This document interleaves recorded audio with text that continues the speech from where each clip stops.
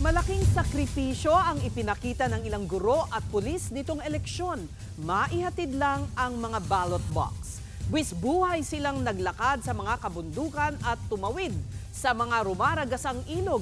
Nasa frontline ng balitang yan si Mayan Los Baños.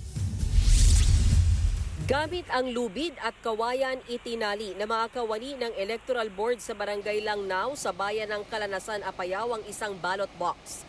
Hindi kasi ito dapat mabasa, mabuksan o masira hanggang sa madala sa Municipal Board of Canvassers.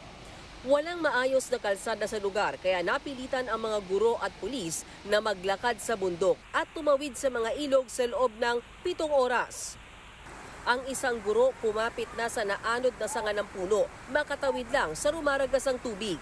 Yung trail talaga yung mahirap. Kailangan dumaan ka sa tubig, sa ilog, kaya yun yung mahirapan.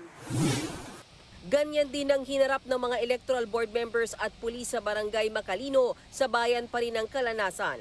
1.5 oras sa lakaran at halos 2 oras na pamamangka ang kanilang tiniis. Maulan na dito sa hapon. Pinasusuot namin ng life vest yung mga deploy na pulis at teacher natin para sa safety nila. Sa hinaba-haba man ng paglalakbay, matagumpay nilang naihatid ang mga election returns. Sa bayan naman ng Kabugaw sa Apayao, isinakay sa bangka ang mga ballot box para dalhin sa 4 na liblib na barangay bago ang eleksyon. Hindi naman naranasan ng mga guro at pulis sa Barangay Poblasyon, Lacub, Abra ang hirap noong 2023 barangay and SK elections.